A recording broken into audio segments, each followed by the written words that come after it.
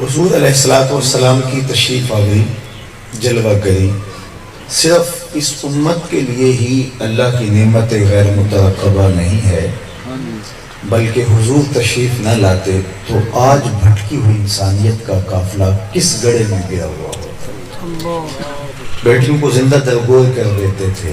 آپ نے یہ کہانی سن رکھی ہے، قرآن مجید نے اس حکایت کو بیان کیا ہے کہ جب کسی کے ہاں بیٹی پیدا ہوتی تو اس کا چہرہ سیاہ ہو جاتا، آبرو بچانے کا ایک ہی راستہ وہ سمجھتا کہ بیٹی کو زندہ درگور کر دوں، اور اگر ایسا کر پاتا ہوں تو معاشرے میں سر اٹھا کے چلنے کے قابل ہوں گا، اور اگر ایسا نہیں کر پاتا تو میری زندگی کوئی زندگی نہیں ہو۔ بعض قبائل میں تو 100% یہ رسم جاری تھی، اور بعض جزوی طور پہ اس رسم میں بد میں مبتلا تھے۔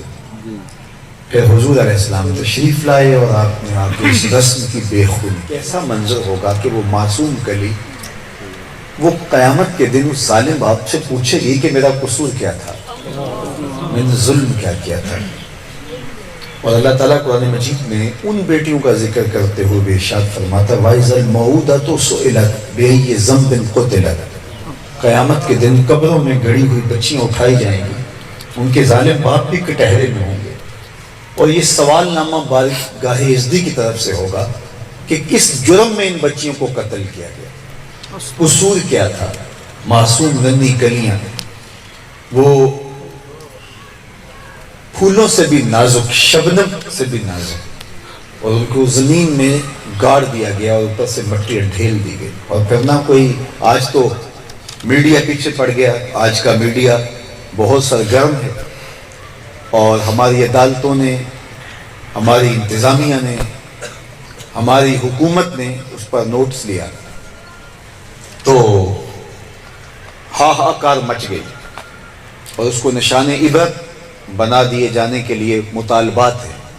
لیکن ذرا آپ صدیوں پیچھے چلے جائیں کہ جب ایک باپ اپنی بیٹی کو زندہ درگور کرتا تھا تو کوئی FIR نہیں کٹتی تھی، کوئی اس کے لیے تعزیت کے کلمے نہیں کہتا تھا، کوئی آنسو نہیں بہاتا تھا، بلکہ بیٹی کو زندہ درگور کر کے آنے والے کو داد ملتی تھی کہ تم نے اپنی پگڑی کا قرض بچا لیا ہے، تم نے اپنی آبرو محفوظ کر لی ہے۔ کتنی بے بسی تھی کہ بیٹی اپنے ہاتھ سے زندہ درگور کرنے والا ملامت نہیں سہتا تھا بلکہ داد پاتا تھا۔ آج اگر کسی ظالم نے ایسا مکروہ کام کیا ہے تو لوگ اس کے منہ پہ تھوک رہے ہیں، وہ عبرت کا نشان بن کے رہے گا، معاشرے میں وہ جینے کے قابل نہیں رہا، اس کا خاندان بھی صفائیاں دیتا پھرتا ہے کہ ہم اس جرم میں شریک نہیں تھے، یہی بدکار اور ظالم ہے، اور اس بستی کے لوگ، محلے کے لوگ شرم سے ڈوب ڈوب کے جا رہے ہیں کہ جناب یہ بدبختی ہمارے محلے میں ہوئی، ہماری گلی کا واقعہ ہے۔ لیکن ذرا پلٹ کے پیچھے دیکھیے کہ کیسا منظر نامہ تھا کہ باپ بیٹی کو زندہ درگور کرتا، اس پہ معاشرے میں اسے داد ملتی، اور وہ کہتا میں نے اپنی پگڑی کا کلس بچا لیا، اپنی آبرو کی حفاظت کر لی۔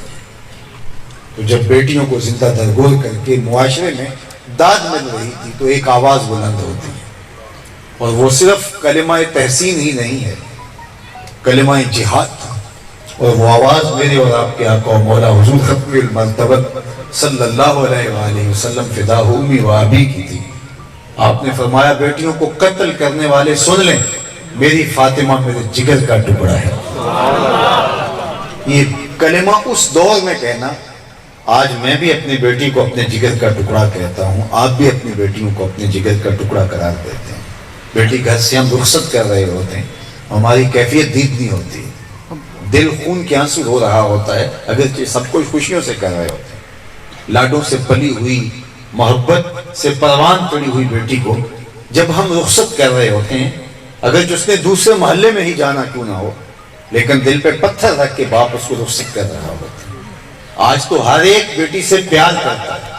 میں نے بوڑھے لوگوں کو مزدوریاں کرتے دیکھا ہے کہ وہ اپنی بیٹی کے ہاتھ پیلے کرنے کے لیے فیکٹریوں میں اوور ٹائم لگا رہے ہیں، بھائی اپنی بہن کے ہاتھ پیلے کرنے کے لیے پردیس کاٹتے ہیں، پتھر کوٹ رہے ہیں وہاں، اذیتوں میں زندگیاں بسر کر رہے ہیں. مقصد کیا ہے؟ جوانی کتنی حسین اور دل آویز ہوتی ہے، اور آپ پتھر کوٹ کوٹ کے اس جوانی کو قطرہ قطرہ پگھلا رہے ہو تو آواز آتی ہے میں بہنوں کے ہاتھ پیلے کر دیں. بیوی سے دور ہو، بچوں سے دور ہو، پردیس کی مشقتیں کاٹ رہے ہو. کیا مصیبت ہے کہ تم اتنی منزل پہ کندھے پہ اینٹیں اٹھا کے لے کے جا رہے ہو تو آواز آتی ہے کہ میں نے بہن کے ہاتھ، میں نے بیٹی کے ہاتھ پیلے کر دیں. تو یہ باپ کے سینے میں پیار، یہ بھائی کے سینے میں محبتوں کی ایک کائنات جو آباد ہے، یہ کس نے کی؟ تو آواز آئے گی میلاد والے رسول نے.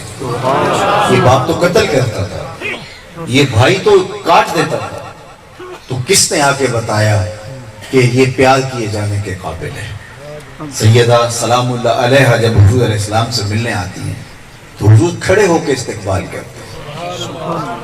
مرید پیروں کے لیے کھڑے ہوتے ہیں، علماء کے لیے آپ استقبال کرتے ہیں، بھائیوں کے لیے آپ کھڑے ہوتے ہیں. یہ تو ایک منظر نامے دیکھنے کو، لیکن کائنات نے یہ انوکھا منظر دیکھا. شہزادے کے لیے محمد عربی کھڑے ہو رہے ہیں. اللہ اکبر. فَأَجْلَسَهَا فِي مَجْلَسِهِ، اور اپنی مسند کے اوپر حضور ان کو بٹھاتے ہیں. دنیا کو بتایا کہ بیٹی کیا ہوتی ہے، اور پھر فرمایا جو دو بیٹیاں اللہ کی رضا کے لیے پروان چڑھائے اور پھر ان کا نکاح کرتے، قیامت کے دن میرے ساتھ اس طرح قریب اور نیڑے ہوگا جس طرح یہ دو انگلیاں قریب. تو مجلس میں سے ایک شخص اٹھا کہ حضور اگر کسی کی دو بیٹیاں نہ ہوں تو ایک بیٹی ہو، تو فرمایا یہ اعزاز اس سے بھی ملے گا. تو ذرا اس کے پس منظر میں جائیے، کہاں بیٹیاں زندہ درگور ہو رہی ہیں اور کہاں ایک بیٹی والا سوچ رہا ہے کاش کہ میری بھی دو بیٹیاں ہوتی، اور یہ اعزاز میں یہ بات ہے. تو بیٹی عزت کا نشان قرار پائی، بیٹی وقار کی علامت بنی، بیٹی چار دیواری کی رونق بنی. ہمارے استاد فرمایا کرتے تھے کہ بیٹی گھر کی عزت ہے، چار دیواری کی رونق ہے، باپ کے نام کی آبرو ہے، اور پھر آخر میں فرمایا کرتے تھے سینے پہ ہاتھ رکھ لو، بیٹی باپ کے جنازے کی رونق ہے. تو بیٹی کے لیے یہ عزت، یہ وقار میرے حضور علیہ السلام نے دیا. اور مجھے بتائیے اگر حضور تشریف نہ لاتے تو جس طرح بیٹیاں زندہ درگور کی جا رہی تھیں تو یہ لڑکتا ہوا انسانی معاشرہ آج کہاں کھڑا ہوتا، اور آج اس صنف نازک کے ساتھ سلوک کیا ہو رہا ہوتا اگر حضور تشریف نہ لاتے.